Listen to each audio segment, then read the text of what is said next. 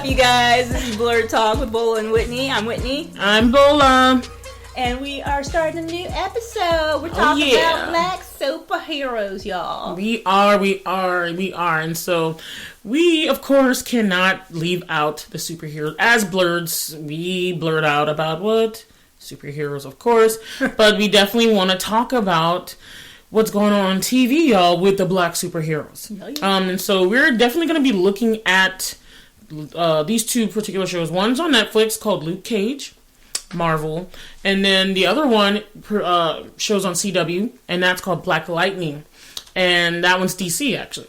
So we're going to get into that. But first, we kind of want to talk about what we're seeing. I've been hearing things and listening to things as usual about the resurgence of black people. Now, I don't know if it's a resurgence, but I keep hearing the words thrown out, black renaissance, really. Nice. In the TV shows and things that are coming up. Like, there's a lot of stuff on that are getting a lot of views and a lot of attention and a lot of awards. Like, for instance, I watched a show called Insecure. It's very much a black show. And it's unapologetically black. Whatever your version of black is, but y'all know what it is. And I love it because to me it's like, it's almost like the black version of Awkward. Have you ever seen Awkward on the TV? Because I'm like, this is so neat because I'm so awkward. Yes. She's an awkward black girl too. That's what Issa Rae claims. And so she gets that, in season 2. And some of her stuff, you're just like, really? There was one scene where she was like, she was having sex with a guy, but it was the most awkward scene to watch because the way they were doing it, she was just like, let me get around here. It was like, she didn't know what she was doing. She was starting her hotation, which I don't condone in, but I don't, like, you do you, okay? But I don't condone in a hotation. But that's what she was trying to do. And so she was with this guy, and it was just it was really uncomfortable, not because they were having sex, but because of the way they were doing it. I was just like, why is she moving that way? It was so weird. They got the awkward black girl thing down. But season 2 was pretty good. And everyone knows about the beefs and who's team Issa, who's team on her. What is the boyfriend's name? I don't know. Was it Jay? Oh, God. I'm so mad. Like, people are going to be mad at me. Don't be mad at me, y'all. I forgot what his name. Ray? Is it Ray or Jay? No, Jay Ellis plays him. Oh, gosh. Molly is the main friend. Insecure has, what's his name? I forgot his name. Oh, no. Oh, well. Let's move on. Maybe she'll pull it up for me. Lawrence, there we go. Team Lawrence. There we go. That's what it is. Yes, I found it. Don't hate me, y'all. Don't hate me. But the other shows like The Chi, and Atlanta are also popping up. Power. You know, Power, is that Power? Yeah, people are talking about Power. 50 Cent is doing his thing, apparently. He's moved on beyond the birthday song. Go shawty, it's your birthday. We gonna party like it's your birthday. We gonna sip a Bacardi like it's your birthday. And you know we don't give up. It's not your birthday. Okay, we're done. My favorite song. Do you remember that movie with the Wayans? I don't know if it's both. Is it White Chicks? No. It's another one where he's like one of them's supposed to be like a baby or something, but it's like one of them's singing about I'll take you to the candy shop. The what? No, but he's talking about the meat shop. Meat shop. Oh, and he's like, dude. He's like, that's 50 Cent's song. He's like, yeah, but 50 Cent's talking about candy. I'm talking about the meat. I'm taking it to another level. That's so great. Oh man, I feel like I know what you're talking about. I can't remember the movie name, but yeah, you know what I'm talking about. I can't place it. Yeah. I still like 21 Questions, actually, if we're going to go with 50 Cent. That's like my favorite song he did.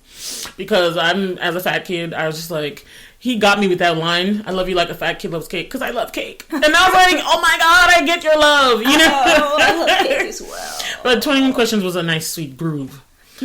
You say you love me now, and I like the vocals from Nate Dogg. Rest in peace, Nate Dogg. Anyway, so back on track. There's other shows. Like I said, I brought up The Chi, Atlanta, Power. What's that one? What's that one with the woman from Hidden Fences? She plays She talking about How to Get Away with Murder? No, she plays Cookie. Those two shows as well. What's that show about the family? that have the record label and stuff. Oh, Empire. Empire, there we go. Sorry, I could not remember the name. Yeah. I don't watch Empire, but everyone talks about that. And so that's there.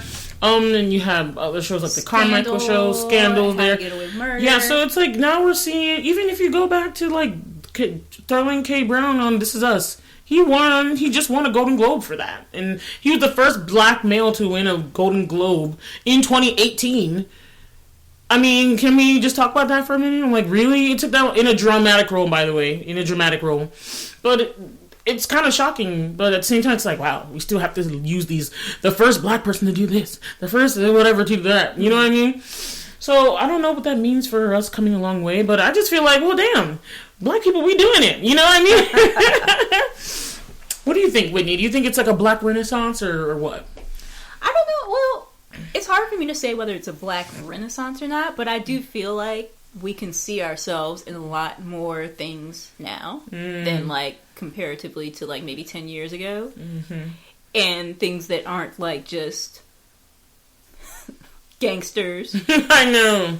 Drug dealers. Yes. Etc. Ghetto hood rats. Exactly. We are not just freaking gangsters, drug dealers. And we're not even just. I'm sorry. And I'm not going to lie, growing up, those are the things that I could not really see myself in. Like, to be honest with you, I watched a lot of other different stuff and foreign things growing up. Maybe also because my family's not from America. But I watched a lot of different things because I was like, even though I know that that's the way that black people looked, and that's how they depicted American blackness, it was not my thing. Mm-hmm. Like, I did grow up in black areas, but I was kind of sheltered. But at the same time, I was like, I wasn't the gang person. I wasn't doing that, all that stuff. It wasn't me, you know? And so I didn't identify with that. I never did. I never identified with that, and I didn't want to. And that's a bad thing, because it's a very, I would say, it's not even like 50%. I mean, I know a lot of people are in like maybe some like bad areas where that might be a lot going around them, but people who identify like that, I don't feel like, and I can't speak to it since I didn't come up that way, but I feel like that's not really at all who they are. A large percentage of who we identify with. I mean, it's definitely real, because you know, it wouldn't be depicted if it wasn't true, but I feel like it's the only image. And just to go back again, I remember we talked about this in the Black Panther episode, but it was us watching. We were discussing about how we both watched a clip where we saw South Koreans in Korea responding to Black Panther, what they thought about it and stuff. And I was just like, I wasn't really shocked, but it's still kind of like, wow, you said this. Like, just seeing some of them and what they thought of black people, because their only image of them, especially in a country so homogenized like that, they only saw them in the movies, and they only saw them as gangsters and, you know, that kind of thing. Yeah. And it's so sad that black people and people that are darker in general are always portrayed as the lower, lesser, unwanted, unwanted, undesirable people, or ones to be feared. Like, even in other cinemas, like Bollywood and all that kind of stuff. I remember I got into an issue with a guy that, well, I'm not gonna lie, I kind of liked him. He was very cute Indian. But he recommended a movie for me to watch, and I watched it because it was in his language. It was a Malayalam movie, and my best friend is of that culture. And so I watched the movie, but one of the things I didn't like was that it was about, the movie was about an NRI, which is a non-residential Indian. And he was going back home. And, you know, he's a spoiled American. He was just like, you know, so they had all the, like, caricatures of what America is and how the white people were portrayed well, but it was like the black people were like the thugs. Like, he was, the Indian guy was like trying to be hard in the club and whatever, but he came across this black dude, and the black dude was just like an intimidating fear person. And I was just like, why are we presented this way? But then when he went back into his home country, I remember he would even say some slurs about Indians that were darker than him. Like, he would call them darky or something like that. And I was just like, why is this still a thing? It actually disturbed me to the point where I was like, I didn't really like the movie either, but I was just mad that even in other cinema, because this movie was not meant for Americans, it was meant for Indians. At the same time, it's like, we're portrayed the same way, even in their media, because they've only seen those images from the media that we are depicted in, you know what I mean? And so I was just like, can we change this, please? You know? So I like to see I like to see some realness, of course, but I like to see different shades of blackness. And that's kind of like why we started this and why we call this BlerdTalk too, because we are black nerds. Black means something different to both of us. You know, and like we said, we don't really identify with that kind of upbringing. Not like we don't know about it, but that's not my black experience. And it's not mine either. And I don't think it should be the main one for all blacks. So, I'm going to get off my speaker box on that. I am personally enjoying this. I mean, the only thing I would say is that you do see a lot of the depictions of these shows. Well, no, I'll get into that later when we talk about the two superheroes. Yeah, I'll get into that later. Okay. All right. So, let's see. Now we're going to talk about superheroes. Superheroes. You know, the superhero is just on point now. The superhero is everywhere. And I personally love it because growing up, I always loved superheroes. Like, me too. I loved watching X-Men was my favorite cartoon to watch back in the day. I loved X-Men.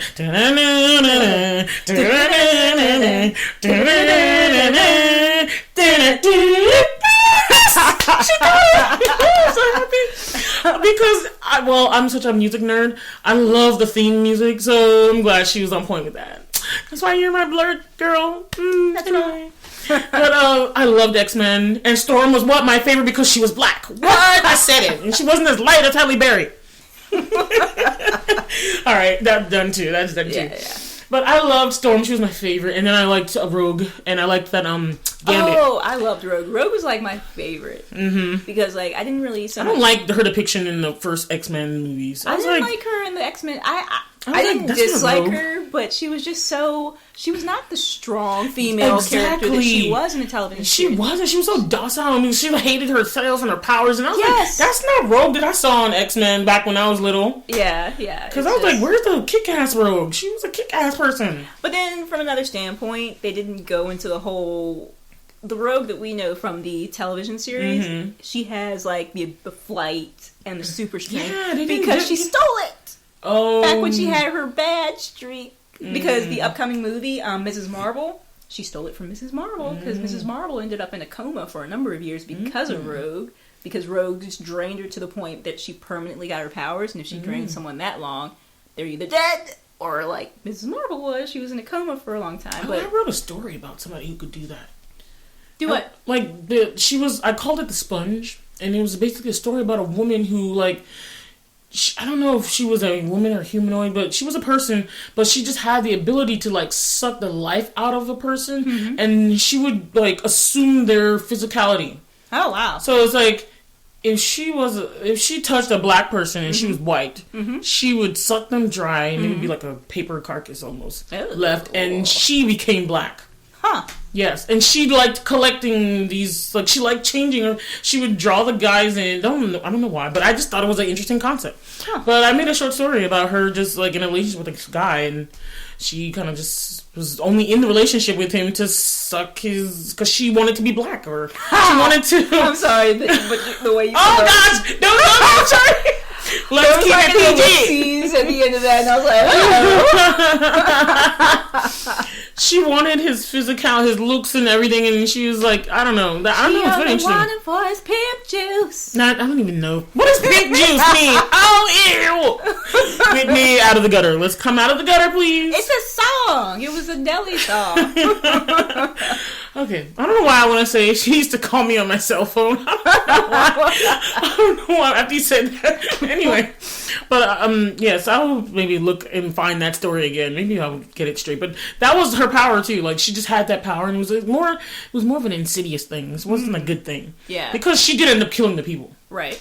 Yeah, but she just would just suck them dry and just wouldn't touch. Anyway, that was the writer in me. Also very similar to, well, actually, a lot of the Fae in Lost Girl. I don't know if you've ever seen that series. It was a sci-fi show. Well, actually, originally a Canadian show, but in America, I do like the Canadian sci-fi shows, too. Yeah. Degrassi, Awesome Holler at stuff. Degrassi. Yeah. They did have some good stuff. Yeah. I didn't even know they were Canadian until I, like, looked it up. But yeah, anyway. but Bo, the main character in Lost Girl, she well, they feed, essentially. All of the Fae have to feed, but they don't always have to kill. But because she didn't know that that's what she was, she always, like, ended up killing them. Because she fed off of sexual energy, because she's a succubus. And no one, she was, like, adopted, never knew who her parents were, so she didn't know that she was actually Fae, and that she couldn't control it. When you say sexual energy, what did you mean?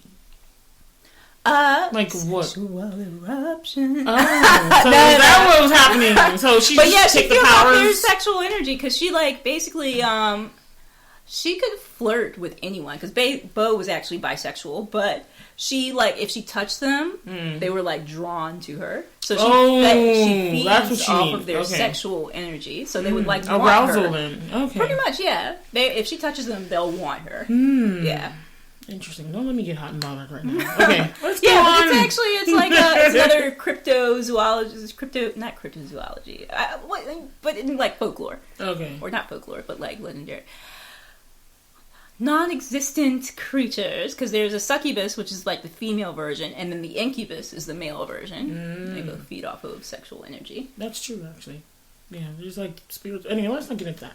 Go back to the Blackness. The superhero. That's what we were talking about. We were talking about Rogue. That's how we got there, y'all. If y'all were like, y'all went far down the rabbit hole this time. Y'all just went way far. By the way, just to preface this, disclaimer, there will be rabbit holes on every episode. Just go along with us. We'll try and get you right back. Okay? Right back. Okay, so we were talking about Rogue and her powers to suck things out of people. And I did not know that's how she got those abilities, because I just thought that was what she had, and so that's cool. Just like Wolverine, because Wolverine's power, you get confused about what their, you can get confused about what their original power is, because Wolverine's power is the healing. The claws... the claws aren't his power. I thought those were the adamantium, those were what were put into him. But I thought it was the origin story showed that it was his bones that actually came out. Yeah. But the adamantium, they weren't part of his like. That's new. That was done to him. Yeah. But the bones came out, and then he could just like live forever. Yeah, but that was because of the healing. Because if your cells are constantly regenerating, then you never age. And if you constantly regenerate, then you don't have to die. Just like the cheerleader in Heroes. That's true. That's true. Claire. That was a good series. That was good. They did a resurgence of Heroes, and I was just like, I was following it, but then for some reason it just did not appear again after they went on the hiatus or something. And I was like, I wanted to see the story end through, because I wasn't, I told you that if I don't like a show or the way the direction is going, I will stop watching. But I was curious to see where it was going still. Yeah, I would have liked to see them do another Heroes Reborn. No, they did. That's what I was saying. I would have liked to have seen them do another season. I just didn't watch the end. As good as Heroes, but I still would have been interested to see. Heroes was just awesome. Yeah, the storytelling in that was good. But let's talk about that another day. Yeah. But yeah, so I didn't know about that about Wolverine. I didn't know about the claws. The claws were added because I did watch all the Wolverine movies except for Logan. I didn't watch that one. Yep, but Rogue's power is to drain the powers and or life force from another human. So if they're human, then she drains the life force. If they're a mutant, she drains both the life force and gets their powers. If it's short term that she held on to them, she gets it for a little while and then it disappears. If it's long term, like she held on to Mrs. Marvel, she got the powers permanently and Ms. Marvel almost died. But yeah, that's how she got the flight and the super strength. That's not actually her original power. Do you read the comics? Is that how you find out? I don't exactly read the comics. It was just research. Just you get interested and you just read up on different characters and people. So that's cool. Yeah. Okay, so we are excited because we love what the superhero means. I mean, why do you love superheroes? I need to find out, Whitney. They're really cool. It's almost like they're an allegory. You can tell some really great. You can have some really great themes and things behind. Like X-Men is especially one where you can clearly see it. Because X-Men is almost kind of like the LGBT movement, like how people are trying to change them. But they're like, there's nothing wrong with them as far as the mutants. Because, like, for example, Rogue, she wants to get rid of it. And, it really depends. If it's really...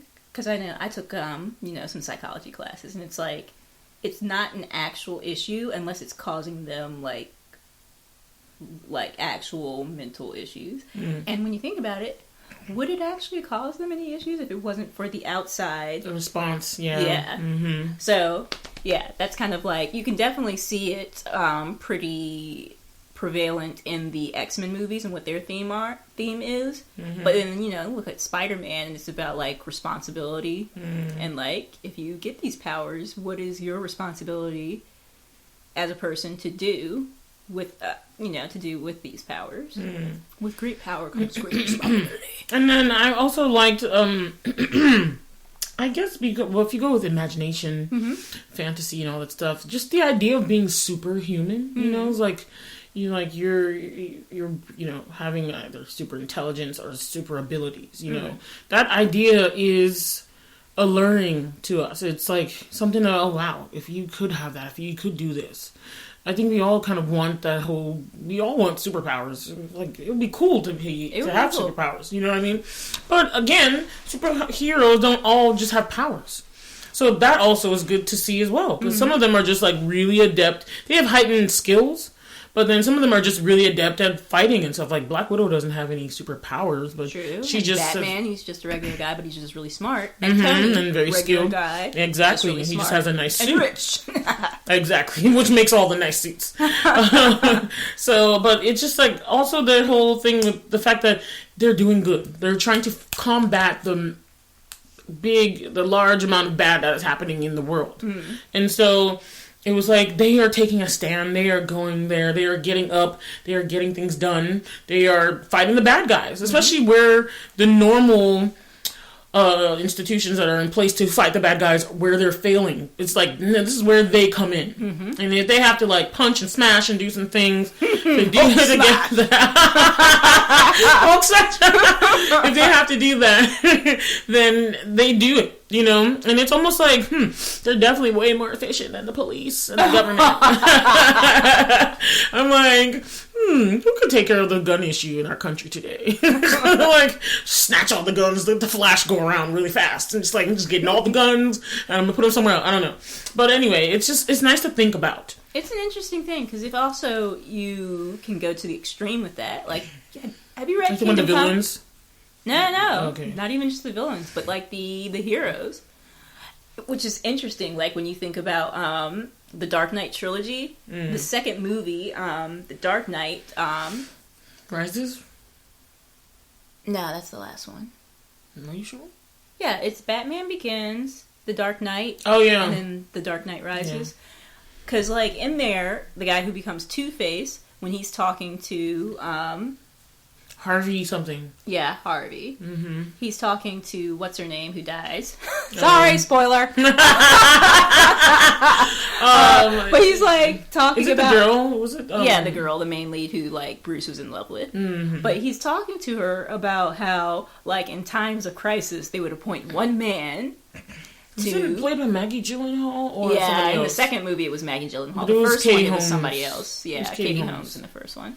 But he's talking to her. He's like, in times of crisis, they would appoint one man, and his job was to protect the city. And he was given, like, you know, all powers of the government. And she was like, the last man. He was like, blah blah blah. She's like, the last man they did that to was Caesar, and he didn't give it back. And he was like, okay, fine. You either die a hero, or you live long enough to see yourself become a villain. So that was a really interesting, and Batman's a really... Harvey. So that's a really interesting thing when you think about it, because there are these themes behind the superhero movie. It's not just about, oh, it's awesome, I got powers, yes, exactly. Stuff. But there's these like themes behind it, and these lessons that aren't like beat you over the head with them, because you know there's certain movies where that's like the point. Yeah. But they're like beating you over the head with like an anvil, so you're like, I get it. That's why I liked Captain America Civil War so much, because that movie was about that very issue. It's about, do we need to, I mean, you guys have all this immense power and ability. I mean, one of you is a freaking droid from a Infinity Stone from space, and the other one's a god from another space thing, you know. Asgard.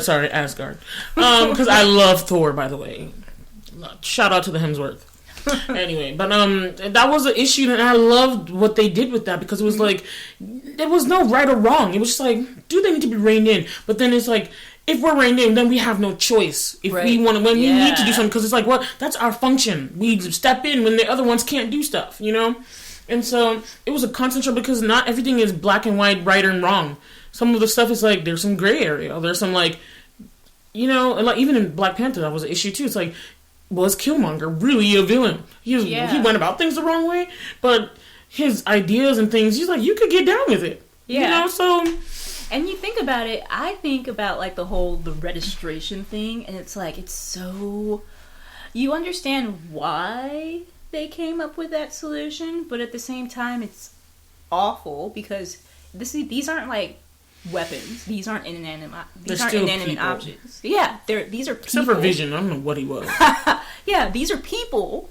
So that's the problem. And then, to be honest, I kind of go to the whole Mark of the Beast thing. Like, they just start stamping people. If you can just make people register, what are you doing exactly? Yeah, stamping them. That's true. That's true. So. I got you. You don't want to do all that. So, I mean, I was on Captain America's side, of course. Me too. Me too. I love me some Tony Stark, but I was on Captain America. I know. I do love Iron Man, and I really like Robert Downey Jr. I just think anything he acts in, I just like how he presents himself. Like, I liked his version of Sherlock Holmes. Yes, I really love Benedict awesome. Too. Yeah. But I liked what he did with it, and I like how he acts. He just has this bravado and this sarcasm thing down. So big out to, Robert Downey Jr. I love what you do. Let's just say that. Because I don't know you like that, so I can't say I love you. But I love what you do.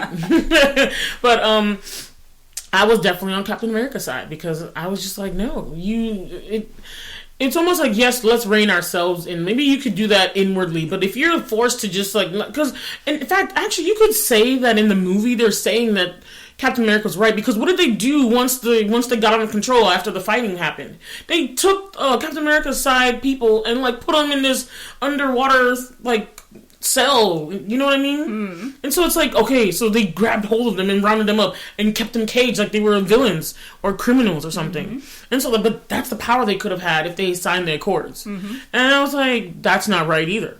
Because they were just trying to do what is right. Mm-hmm. They were fighting amongst themselves and causing a mess.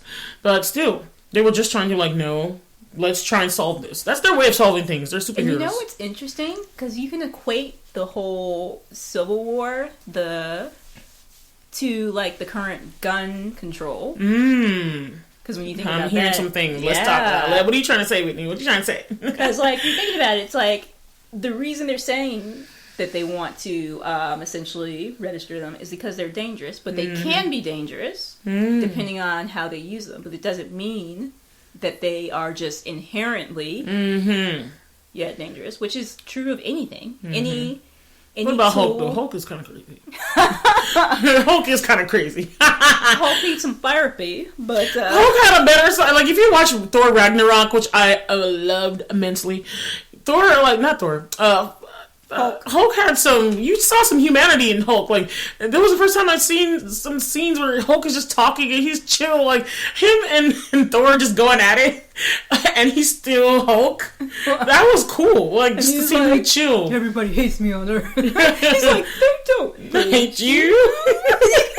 When they were fighting over who won, you're just like, really? I loved it, by the way. Yeah, I loved Ragnarok as well. Anyway, but yeah, so... Since we've established why we love superheroes so much, now, let us be honest and say there is kind of a dearth of black superheroes, especially male ones. That's true. Yeah, I only saw Storm growing up, and that's what I loved. I loved that I saw her among the people. I didn't remember seeing a black superhero at all growing up. Not a guy one. And it's funny because we talk about this kind of lack of black superheroes, but you think about other minority groups, even less. Well, I'm sorry, Asians have kung fu. Everybody loved that. So Bruce and Jackie Chan were there like... It's not superheroes, though. And think about Indian. Have you ever seen an Indian? Yeah, you were. Yeah. Other than like Krish, where they made it themselves. That's true. Like, Krish was pretty good. I'm sorry, y'all watch Krish. It's an indie movie. It's a Bollywood movie. It's awesome. I liked it, and the songs are good too. Yeah. Don't let me sing some Hindi up in here. But like in Hollywood, do you see like any representation? Mm-hmm. And I would say, to my mind, it's almost like you see. It's like, oh, all the superheroes that are men are supposed to be white, you know. Mm. And I was like, nah. That's why I like what's happening now. Mm. That's why we chose to talk about. We'll bring Black Panther in this too because he's also a revolutionary, phenomenal, culture-specific representation of this moment too. But we definitely want to just talk about Luke Cage and Black Panther because Black Lightning. Sorry, Black Lightning. I like that name, by the way. It is cool. Lightning. It's very cool. Yeah, so I think it's really important, especially for Black men, because one, the most incarcerated group of people is what? Black men. Which single women say, "What? We don't find any good Black men." You know what I mean? So because they're all in jail because they've done something bad or something bad has happened to them or whatever. Which is interesting because now that we're talking about that fact, because Luke Cage actually was incarcerated. See, there you go, and wrongly so. Yeah, exactly. So it's interesting because that's like he was a police officer, and then he got framed. I forgot what he got framed for, but he ended up in jail. They experimented on him. That's how he got his powers and everything. Broke out. Sorry, spoilers! Late spoiler alert, people, sorry. In the series, he actually goes to jail to finish out his sentence because he's like, I don't want to, like, hide. And by the way, his name is actually not Luke Cage. It's,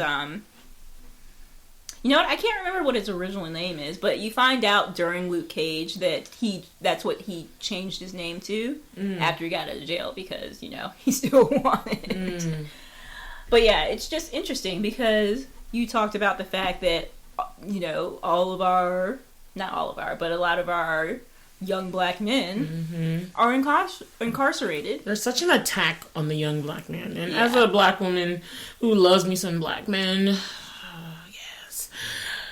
we just want to say we hear you and we love you and we want y'all to do well too. You know what I mean? You guys, and we believe you can do it. I know the world is backing against you guys all the time, but at the same time, we just want to say we got you. Yeah, exactly.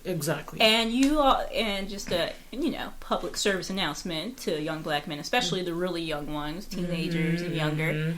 Sports is not the only thing that you can do. Rapping is not the only thing you should aspire to. Exactly. I know that Hollywood and all of this seems to just put that out there for you guys, but that is not all that you can be. And like a drug dealer is not what that's not your only option, okay? Yeah. It's okay to be smart and go to school. You can be an entrepreneur, you can be a scientist, you can be so just keep that in mind. That's what I like to see. That's not the only things that there is for you out there. That's kind of why we have this talk show, because we're Black nerds, because we're like, hey, we choose an other. There's an other. We're not going to take the label that has been assigned to the Black community. That's not us. That's not us. You don't have to be that either. You can be you. You can be the person that was really good at physics, the person that's really nerdy. That's right. Be all up in the STEM, y'all. Yeah, like that. Hey! Anyway, so that's why we feel it's so important to have these representations of Black superheroes. And so I'm going to talk a little bit more about Black Lightning. Now, Black Lightning is very interesting because he's not somebody who has that kind of background, but he lives in an environment that's kind of like a Chicago or a Ferguson or a Baltimore. And unfortunately, I find that both shows kind of like have this issue with like the Black people are in these communities that are so troubled. That's the similarity that I saw between the two. Yeah. And it's like, okay, well, fine. Like, Black Panther is like the old standalone one where at least, but he's all the way in Africa. For America's sake, in these two shows, that's one of the things I was kind of like, well, why is this always like that? You know what I mean? Like, why is it that, they put them in that setting? Like, in a town like Chicago where there's a lot of violence and problems happening, and then they're like, I think because people, they want to address it because these problems do happen. I mean, this is not my experience, and I would say, I've got a brother that's not, I'm pretty sure that's not been his experience here in, like, where we are, our part of Virginia, but that doesn't mean that other places this is not a serious and prevalent problem. So they want to address it in some way that's not going to beat you over the head, though some people have claimed that Black Lightning does kind of beat you over the head. beat you over the head with white people bad, and I'm like, that's not what they're saying, really. I mean, but yes, but going back to the character, he definitely in his setting is very troubling. But what I like about Black Lightning is that he, instead of deciding to like join the 100 and be part of this big super gang legal operation, he decides to go where he can make some impact, and he goes to the schools. He goes to like, no, I'm going to educate these kids. I'm going to help them to get out of this. And so he ends up becoming a principal, and I just love that. I love that. I like that they have uniforms in the schools. Okay, I'm sorry. Just practically growing up, I know I had a single mom, immigrant as that at that. Like, she was mad that there was no uniforms, because why in Nigeria you still wear uniforms to school. Even now in 2018 you still wear the uniforms to school, and I always liked uniforms. I know people are like, nah, I like my clothes, but I like uniforms because they make you look so smart. So even if you didn't have money to be buying all these clothes and stuff, you have the uniform. Nobody could tell you that oh my god, you don't have these awesome sneaks on, you don't have that FUBU, is FUBU popular anymore? I don't know. FUBU pants on and all that kind of stuff, because I remember that's the main thing people would tease you about. It's like your clothes and all that stuff. But anyway, I'm big on uniforms because they save money, practical, and they make you look clean. There was a lot of sagging going on in like middle school and stuff back in the day, and I hated seeing people's underwear as I was walking behind them in class. It was awful. You know, and I'm just like, and they look like thugs sometimes. I'm sorry, but they did. And I was like, put the pants on. I was like, I don't want to see your underwear. Like, why? Anyway, but I like the uniforms. But I like that he's trying to establish, I always like this, having a spirit of excellence. That's my thing. I mean, I aspire to it on the daily. I try. Yeah. But having a spirit of excellence means like you're not going to settle for less. You're striving for best. You know what I mean? You're striving for it. You might not hit it all the time, but it's like you give your all, you give your best. And so I think with what he's trying to do in the school is to strive for that excellence, that Black excellence, because that hashtag is going around, y'all. And you know, I wanted to talk a little bit about the fact of like his ex-wife. How it's interesting because he's like, the fact that he has his powers puts him to this kind of place of excellence, but she wanted to suppress it. Now granted, the reason she was like against him being Black Lightning was for his safety's sake. She was tired of seeing him come home broken up, and she was afraid that one day, you know, he would be dead. So I can understand from that point.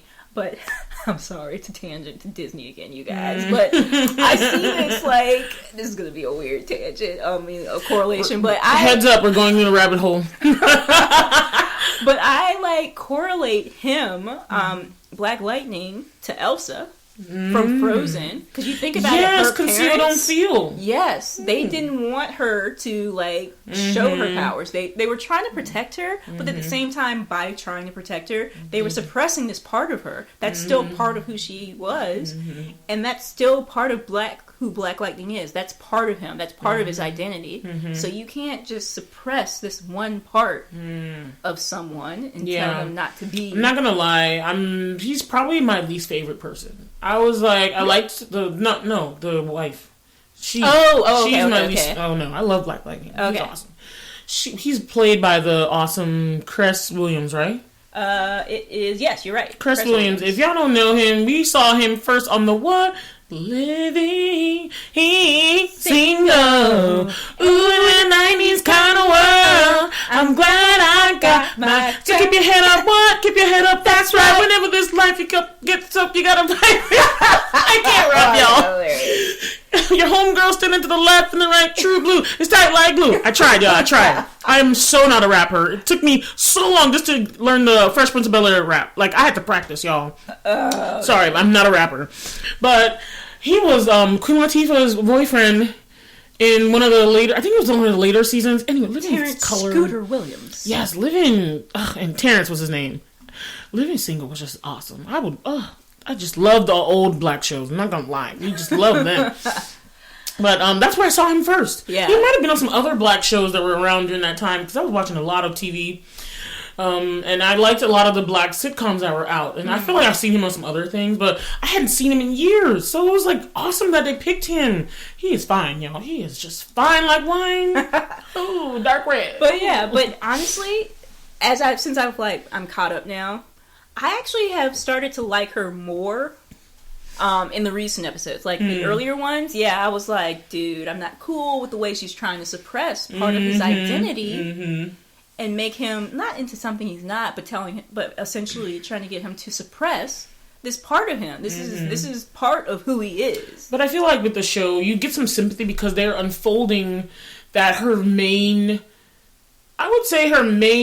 motivation in doing that is because, one, she's afraid, and because, one, she really loves him. And I like that she really loves him, even though she's not really trying to accept this part of him, but because it harms him so much. I'm down for that. I get you. And I think it's interesting because they developed her as a character, not as a character, but they went more into the backstory of how she got to this point. Because at first you're like, dude, she's just trying to keep him down. Trying to keep this brother down. Yeah. But then you find out that she was on board. She loves the fact that he was Black Lightning until he just kept coming home. And that last time when he was just half dead, she was like, no, just enough. She just couldn't take it. And she thought it was like an addiction. So. Okay. Now, Whitney, I have a question for you. Yes. So, how do these two shows, you think, depict Blackness? What do you think about that? I think that, Black Lightning really depicts, a wide array of blackness. And it's really interesting because you got Black Lightning, Black Excellence. You've got these, again, the gang members and whatnot. But then you have what's his name? Tobias Whale. Yes, let's talk about that. I have never seen an albino actor. And I just love that it's not even though he is a villain, it's not... There's something just so powerful in that because albino people, you don't really hear much about them in Africa, and they actually talked about this in the show. Oh, yeah. In Africa, albinos are actually used for a lot of bad things, for sacrifices and stuff. People believe that their bones and their bodies are magic, or they use them for sacrifice and stuff. So a lot of albinos in certain regions of Africa are really targeted. If they find them, they just snatch them up and then they just cut them up, and it's terrible. And so it's almost seen, and even in going in the background story of Tobias, it was even his father hated him for that, or he didn't like that part of him. But it's he came up, you know what I mean? And in this, he's a bad guy, but he's a big bad guy, you know what I mean? Yeah, he's pretty formidable, you know? I think it's interesting for the fact that he is black. But it's I feel like he's very similar to Killmonger, where he's this in-between, where he's not accepted anywhere, really. Not accepted by black people. He's accepted by his sister, though. Yeah. Which is nice. And then, he's not white, so he's not accepted there. He's just this in-between where he's never accepted anywhere. He was ambitious. He's doing bad, but he was ambitious. He climbed the ladder. I assume. We're getting more into his background story, but I'm not gonna lie, I found it as a celebratory moment for Blackness because I guess there are white albinos too, right? But yeah, there are. A lot of people, because of, if you see a black albino, it's okay, it's such a stark contrast, you know what I mean? So it's almost you ain't black, but they really are, and so I just seeing that because you never see an albino person in that kind of role. I have never seen it personally. It might be depicted, it might be somewhere, but I have never seen it. Yeah. And so to see that part of Blackness in the show, that's a inclusion writer right there. You know what I mean? Because that's a segment of people that no one really talks about. Right. So I thought that was cool. It is pretty cool. Yeah. Tobias, you mean, but you pretty cool, dude. You pretty cool. I like that he is. I just like seeing it. I'm cool, an albino actor. I've never seen that. Yeah. I was wow. We were all for real? And they don't shy away from it in the show. I remember Black Lightning in one scene, he was just they were talking about why he was acting, I think it's Gisby, the guy that helps him build suits and all that stuff. Gamby, thank you. I believe. Gamby. Yep. They were asking him why he was mad. He's why didn't you tell me Tobias was back in town? And then it's hard to miss a big albino, dude. So it was real. It was yeah, he's an albino dude. Yeah, he's pretty buff. He's not a small dude. And he has super strength. He's enhanced. So it's he just choked somebody with just his hand and killed him. And I was But, yeah, oof. and apparently he's not aged, like, at all. Yeah, apparently he's supposed to be years. much older. So that's cool to find out, too. So there's some stuff. Hey, Black Lightning's still unfolding. But anyway, that's one way that we see Blackness. What's another way? Oh, man. Would you say the depiction is real? Or close to real life as it is? I think that they give a diverse depiction, a lot of diverse depictions of blackness in Black Lightning, and I think it's cool because you got like one daughter who's like studying to be like a doctor, so she's smart. Yeah, you got the wife who's this scientist, so it's like awesome. She's a doctor too, actually. Huh? She's a doctor, actually. I don't think she's a doctor. No, she is. She's a doctor, but she just doing some research about She's doing some research about something, but she is a doctor. I thought the daughter was the one who was studying to be a doctor, and that the mother was actually the mother's a scientist. in the hospital. I thought she was a doctor. I'm pretty sure the mother's a scientist. Okay, and well, keep going with your point. And that her science is related to biology, so of course, okay, that could be medically, but she's not actually like a medical doctor.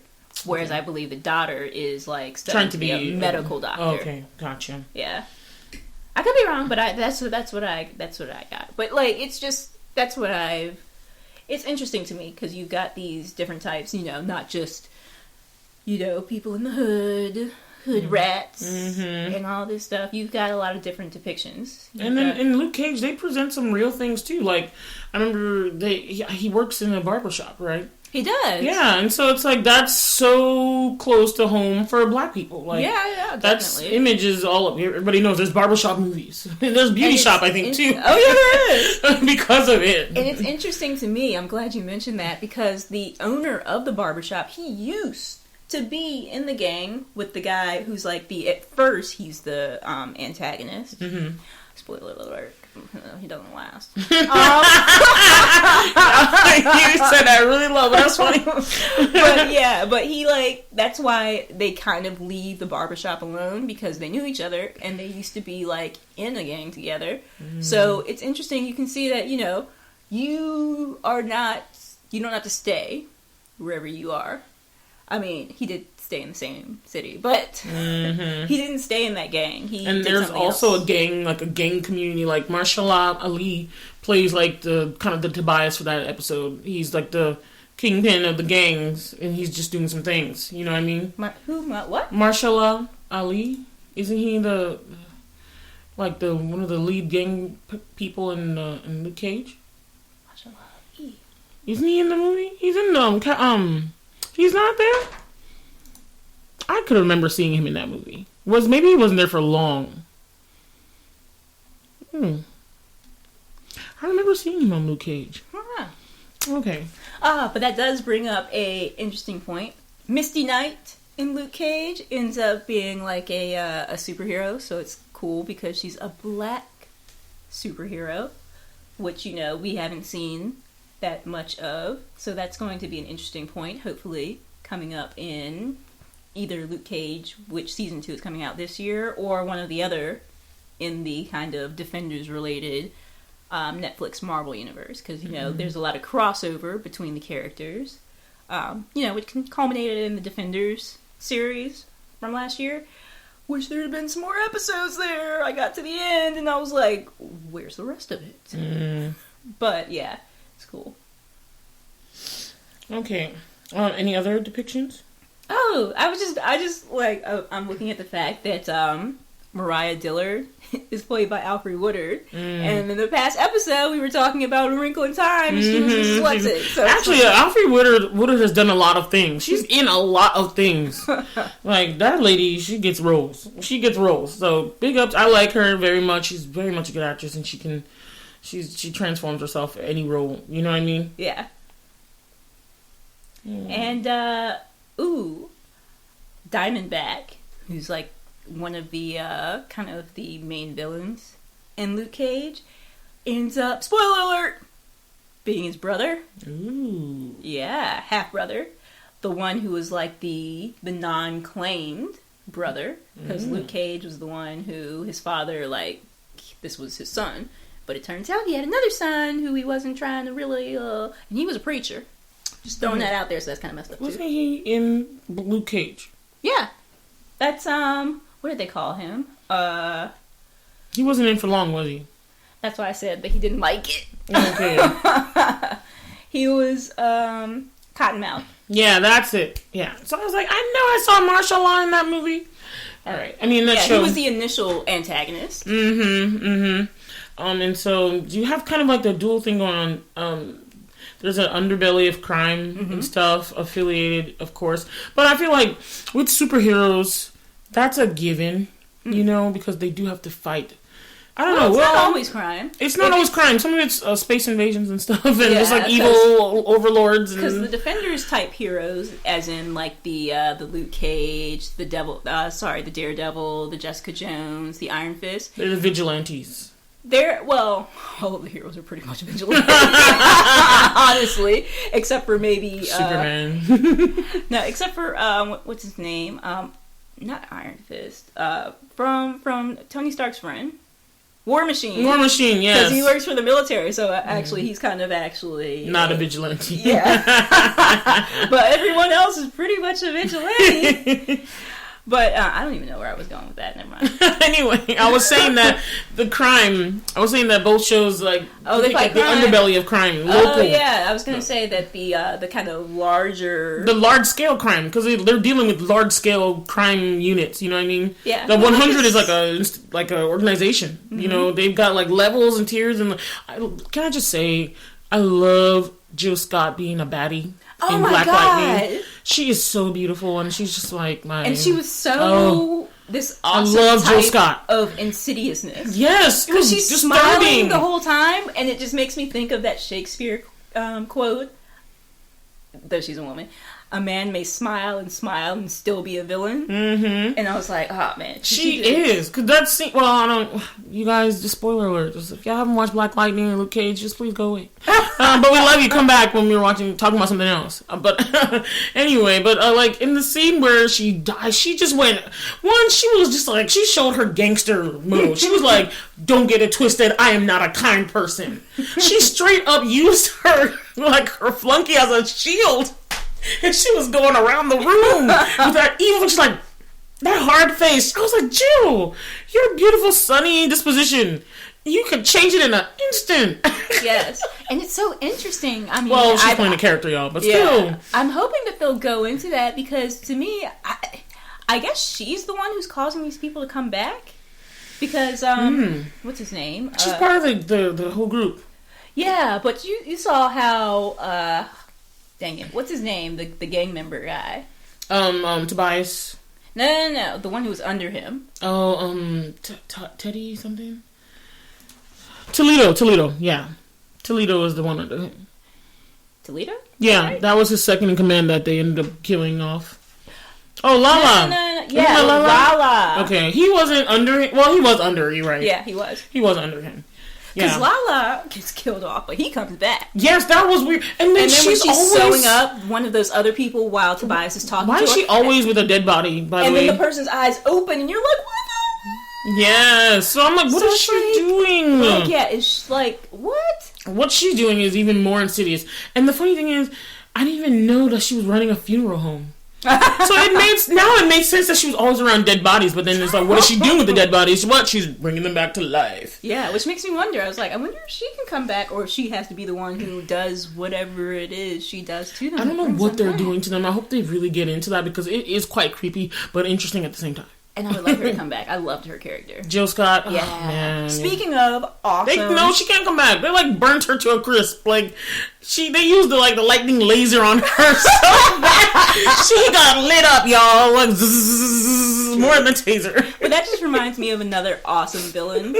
Black villain, by the way. Villainess, I should say. Villainess. I like Fish that word. Mooney from the Gotham series. Oh my god. Season 1 of Gotham, she was the entire reason that I watched the show, because oh my god, Jada Pinkett Smith. Oh, she was the villain in that. Yeah. I did not know. Yeah, she was this, she ran this club, and she was the person who was over Penguin, because Penguin was carried her umbrella for her. But she was just this amazing villain, and it was just like her character, she just brought so much life. I was like, yes, this is awesome. I'm watching this entire show just to watch her on screen. And I just think it's awesome when they can really just bring a villain to life like that. Like, just be so awesome. Well, not awesome, but because they're villainous, but they're but they're like, there's an awesomeness to some of these villains. I'm not gonna lie. There just is. Their villainy is not awesome, but the way they go about it with swag, they got villain swag, yo. Yeah. Hashtag that. Wait, don't. Don't y'all going around being villains? You're like, I'm dripping swag while I kill some dudes, No, don't kill anybody. I'm against killing of any kind. Unless it's bugs, and I don't like that. Anyway, other ways I see Blackness, I like that they have the realness of the characters, like the struggles that they go through. Mm-hmm. This is like for Black Lightning, this is just a regular family. A black man, he had an ex-wife, a woman that he still loves. Mm-hmm. Very much so. They have their issues. And they have their 2 daughters, they care about them. They care about their town, their city. And it's like, and you see that. And you see also within the people in the organizations that's happening with people trying to combat the 100 that are like destroying their cities. And you see that in a lot of places like Chicago and stuff, mm-hmm. where their violence has been so rampant that they're like, we want help, we want solutions to this, we want this to end. Mm-hmm. You see that too. And unfortunately it's attached to our Blackness as well, but it's a real part of people are like, some of us are tired of all this. They're like, let's try and solve this without blowing each other up all the time. Another way, I don't think they're depicting us wrongly. I don't think, but I do feel like it's those little things are kind of always attached. What do you think about that, Whitney? What little things? The being in a place where there's a lot of violence and crime and all that kind of stuff. Those are the kind of things we always see, gangs and all. Those are the kind of things we do always see with Black people. But what do you think about that in these 2 shows? I actually don't have a problem with it, just for the fact that if you are not in that type of setting, if you came from a pretty good setting, then you probably don't need it as much. This is for people who need this. This is like the bomb for them. Yeah, they need to see something. They need to be empowered. They need to have something that tells them, this is, you can rise up. We recognize this is your life. Yeah. But showing you that this is not what you should aspire to. Is that what you're trying to say? Or something else? Not even that this is not what you should aspire to, but maybe just that you can aspire to make an impact. I like that. That I agree with. Yeah, I agree with. Because like if it was set like where we are, suburbia, there is not the need for this type of hero. They would not really serve a purpose so much because that's not. We don't have those same type of problems like you might find in like the Detroit, the cities, the Chicago, etc. So I have no problem with the settings because I can understand why you want to tell a story of conflict. That's true, and there's definite conflict in this.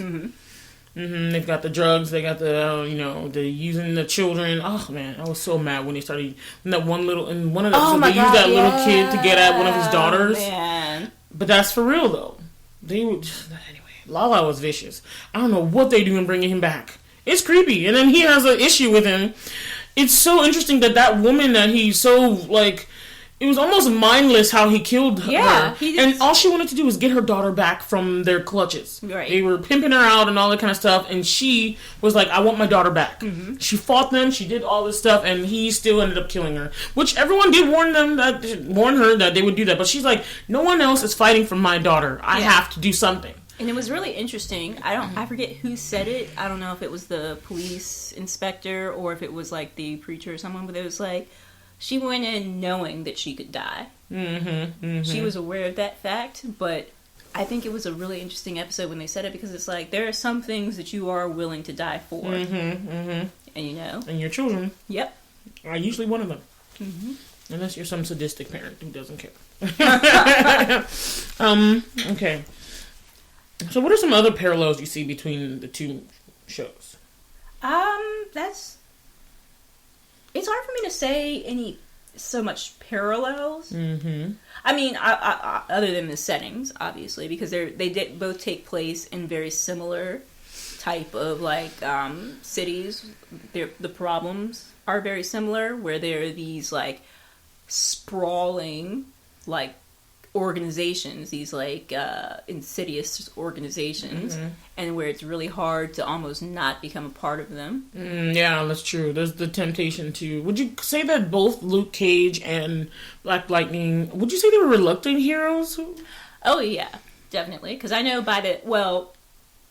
I know that in Jessica Jones, which is where we first see Luke Cage, he was just trying to stay under the radar. You know? He just had his bar, he was like, don't scratch the bar, but then like with the stuff popping off with Jessica, he just got drawn in, and the stuff with another person with Kill in their name. So he just got drawn in, and so when you see him in Luke Cage, he's again just kind of he's gone back to trying to be under the radar. And Black Lightning, I mean, it starts off where he's been gone for like 9 years. Yeah. So they are sort of reluctant. I would say Luke Cage more so, because Black Lightning, he started off, he's like, I want to do this to help. And the only reason he stopped really was, well, one, he almost got killed, and his wife left because of him being Black Lightning.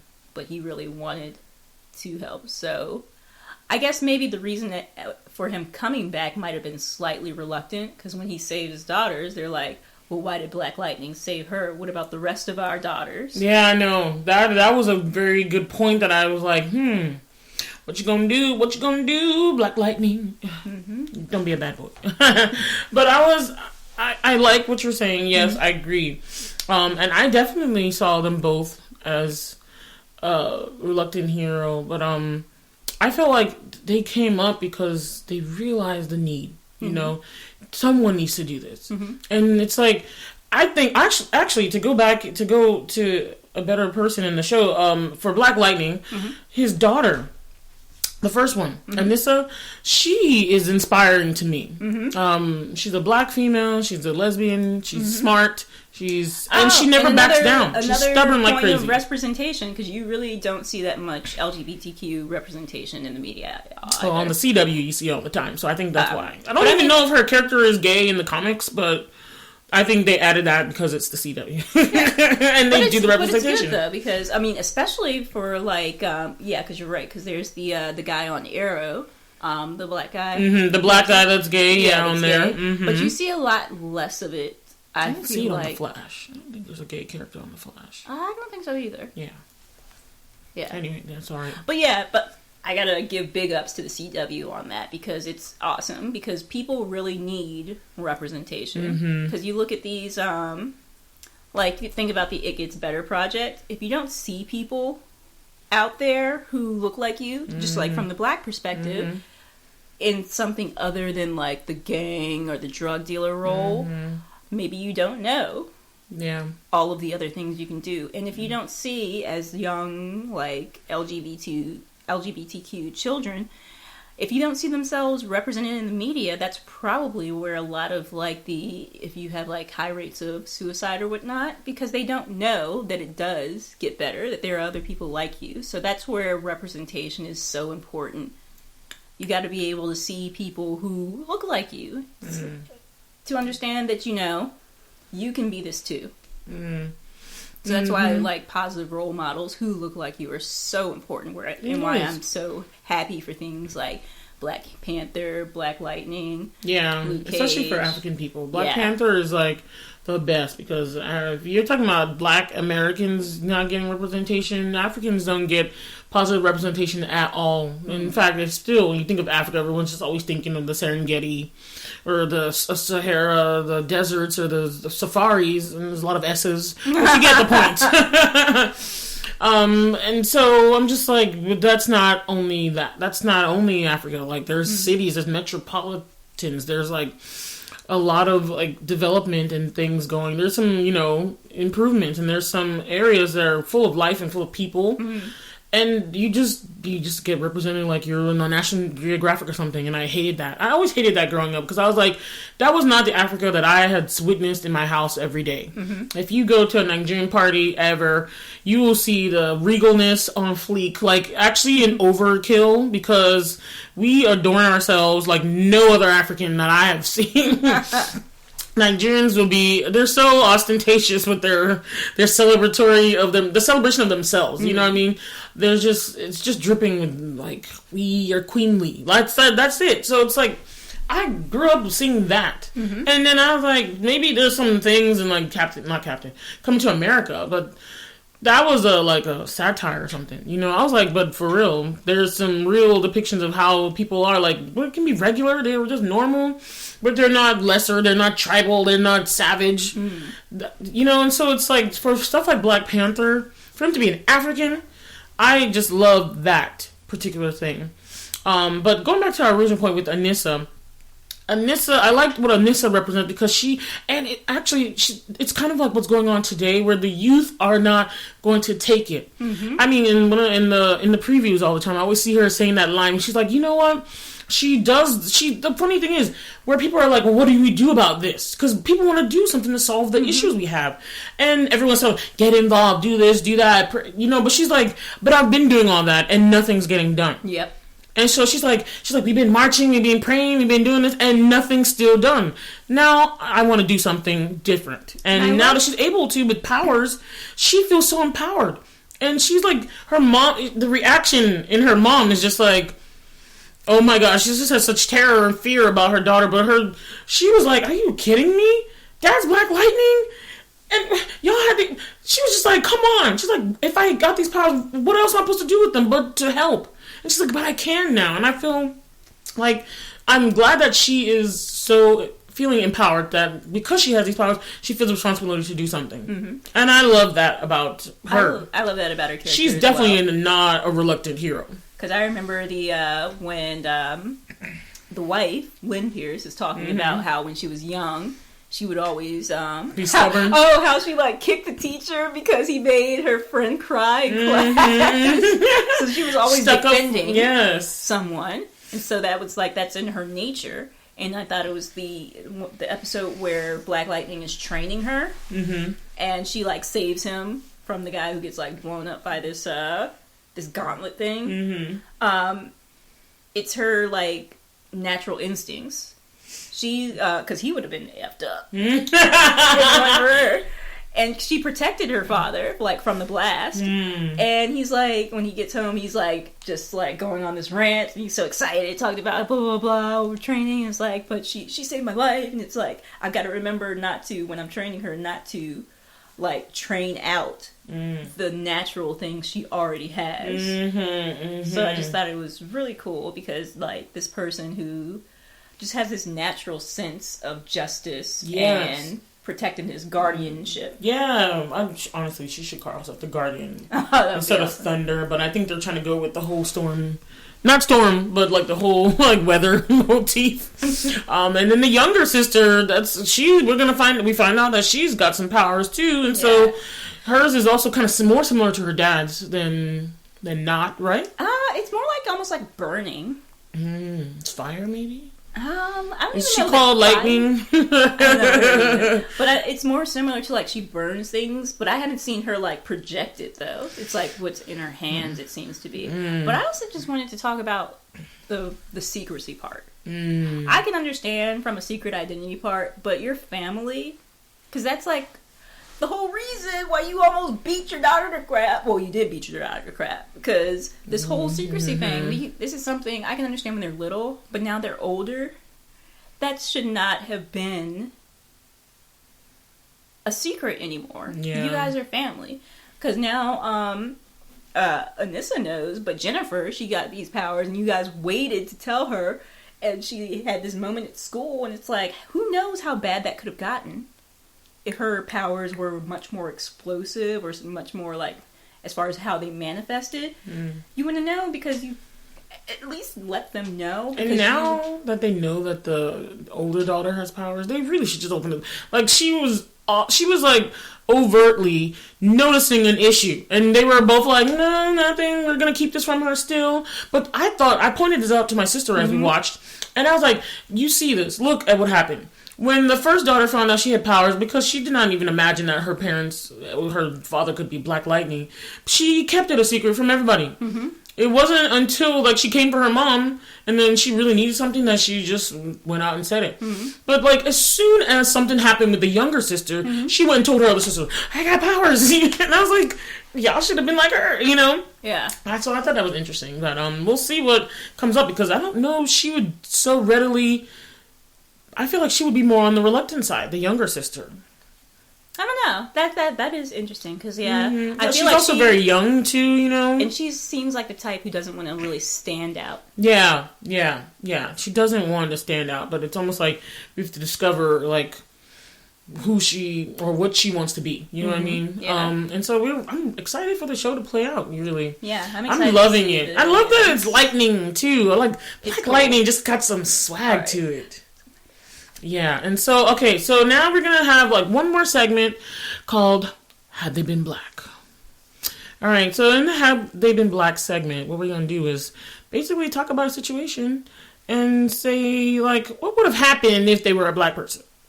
So, just to get it started, we heard some interesting stuff in the news about how Alexa has been, like, messing up lately.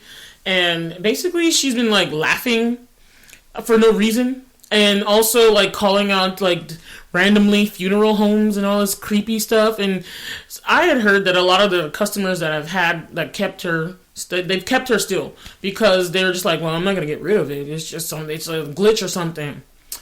But had it been Black, Whitney, tell them what would happen.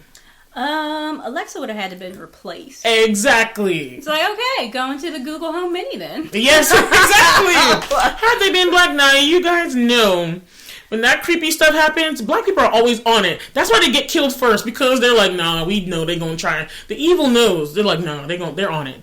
But I'm sorry, but white people sometimes, they just kind of like, they'll go in. They'll die more. Let's investigate. Yes, and we're like, we don't need to. We're gonna go home, actually. Y'all know what Get Out was about. We were like, we don't need to see no more. Oh, man, I love the best friend in Get Out. He was like, I told you not to go there. So had they been Black? Yes, no, that would not happen. The horror movies, had they been Black, they would be like 5 minutes long, because they get there, the creepy thing happens, or you see the creepy house, and they'd be like, and on my way back home. I definitely agree. And so I was like, even Trevor Noah on The Daily Show was talking about it. He was like, in a Black home, he was like, that thing would have been kicked out, would have been gone, everything. And so I was like, yes. As soon as he said that, I was like, yes, because, like, I'm sorry, you're not laughing by yourself and calling out funeral homes, that would creep me out so bad. And I'm like, without being initiated to do that, you know, I'm like, no, it has to go. Yeah. Bye, Alexa. All right, you guys. Well, that's our show for now. And always just when you follow us on our social media and stuff, you just hit us up. Let us know what you think about the show, and, you know, comments, whatever you guys want to say. We'd love to hear from you all. Okay. So have a great day. See you guys. Bye. Thanks for listening to our podcast. Please subscribe to our show on whatever podcast listening app you use, and share the show with other Blerds and non-Blerd family and friends. And if you like our episode, please rate and review us on iTunes. The intro and outro music is Twilight by Caption. You can find them on SoundCloud, username Caption, spelled CAPSHUN.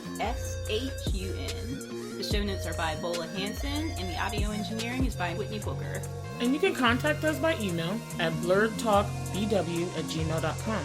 And also, don't forget to get social, you guys. You can find us on our social media at Instagram and Twitter, with our @handle being @BlerdTalkBW. And we've got our individual things going on too, y'all. So you can find me, your Blerd Fashionista, on Instagram and Twitter at BolaStoryB. That's B with 2 E's like the insect. And I've got my own personal YouTube channel, just Bola Sade. That's BOLASHADE.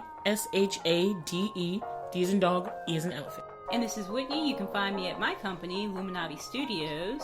The email address is wit@luminavi.com. That's WHIT@LUMENAVI.com. You can also find me on Twitter at Luminavi Studios.